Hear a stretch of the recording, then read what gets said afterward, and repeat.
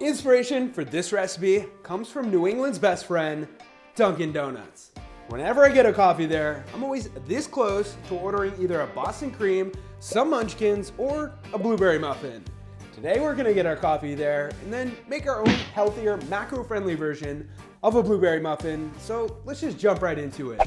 Start by adding in 3 large whole eggs, followed by 1 teaspoon of vanilla extract, 1 tablespoon of apple cider vinegar, 2 teaspoons of lemon juice, half a cup of unsweetened applesauce, half a cup coconut flour, 1½ scoops of Labrada Nutrition's vanilla 100% whey, which you can check out below, half a teaspoon of baking powder, half a teaspoon of salt, an optional 1 tablespoon of a sweetener, and half a cup of fresh blueberries. Mix everything together till it looks like this. If yours comes out a little too thick, just add an extra egg white or 2 in there and you should be good. Next, go ahead and evenly distribute your mix into a muffin pan.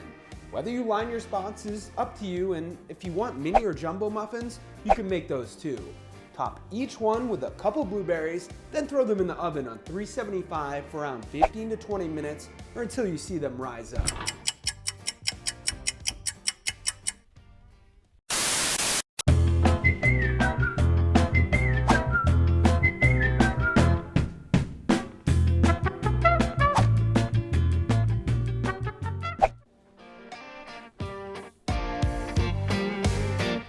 So there you go, a healthier spin on the classic and usually overpriced blueberry muffin.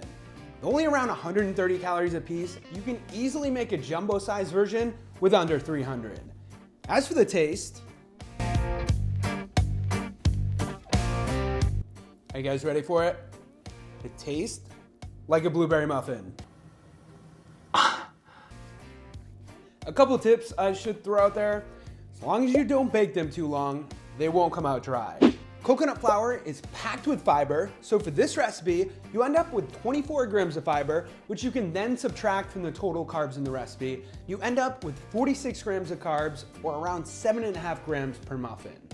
Not too bad. If you choose to prep these for the week, toss them in the microwave for around 10 to 20 seconds and throw a little sliver of butter on them. Mouth-watering and delicious. Time to respond to a few comments. Silvano Dino says, just made this, but my breadcrumbs didn't stick to the chicken as much at the end. The pan became kind of watery on the bottom. Anyone have any tips? Yes, 1 second. See this thing right here? Throw it in your baking pan or dish and all of your soggy bottom nightmares will be solved. I'll link this one below. Jeremy Welcher says, you rock, dude. All my buddies that work out get all of our recipes from you on here. Keep feeding us, man. Thank you for your support, and hopefully you're still watching. Thank your buddies for me as well. Heartless Lee says, who needs bread when you just use lettuce? Lettuce is my new sandwich friend. Seriously, for anyone who has never had a lettuce wrap sandwich, you're missing out, and most restaurants will usually accommodate this idea too. And Caesar Miranda asks, what's a must-have in smoothies?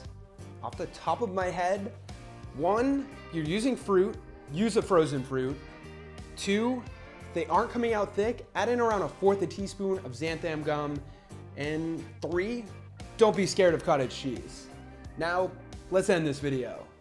With that, thank you guys for watching. Smash that thumbs up button. Leave some comments and questions down below that I can potentially answer in my next video. Don't forget to check out Labrada Nutrition. Subscribe so you never miss a video. And of course, stay healthy.